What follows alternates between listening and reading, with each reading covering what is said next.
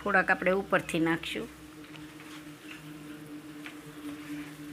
હાલો મિત્ર, જય માતાજી. હું દિયાબેન પરમાર, અમરેલીથી.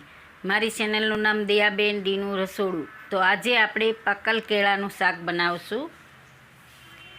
તો પાકલ કેળાનું શાક બનાવવા માટે આપણે આ 3 નંગ કેળા લીધા છે.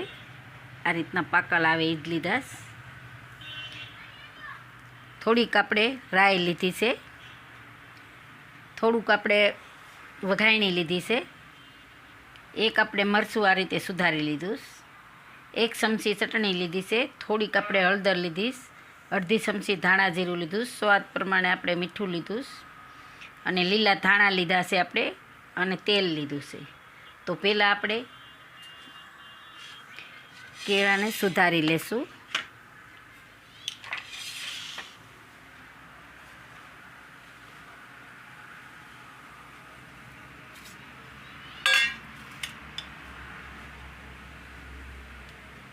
તો આપણે આ રીતે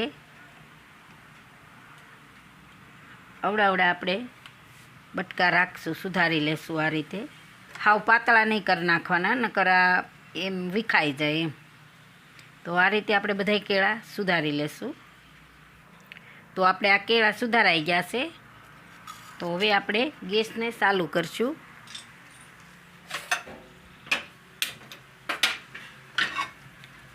આપણે આ કડાઈ માંડશું, એમાં આપણે તેલ નાખીશું.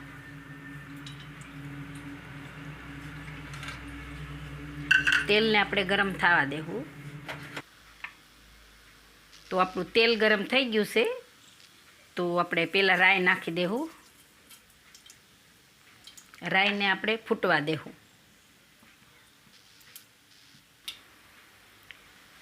તો રાઈ આપણી તતડી ગઈ છે. તો હવે આપણે વઘાયણી નાખી દેવું અને આપણે આ મરચાં નાખી દેવું.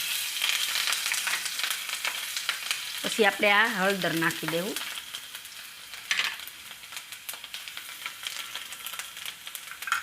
અને આપણે આ ચટણી નાખી દેવું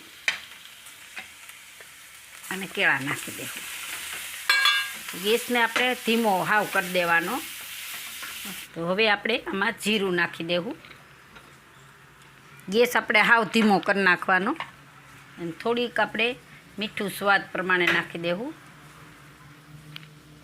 અને આપણે આ ધાણા નાખી દેવું. થોડાક આપણે ઉપરથી નાખશું.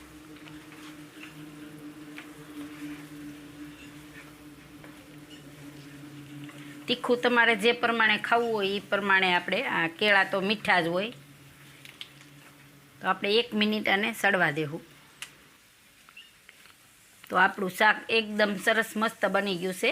તો હવે આપણે ગેસ બંધ કરી દેવું અને નીચે ઉતારી લેવું આને.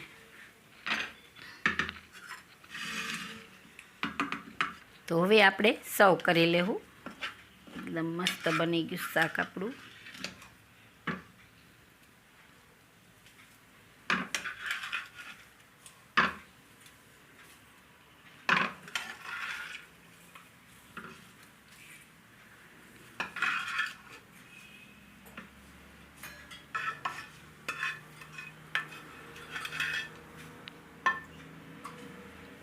ઉપર આપણે ધાણા નાખશું.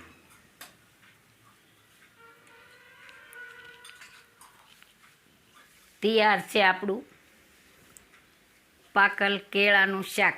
જો મારી રેસીપી પસંદ આવે તો લાઈક કરજો, શેર કરજો અને સબસ્ક્રાઈબ કરજો.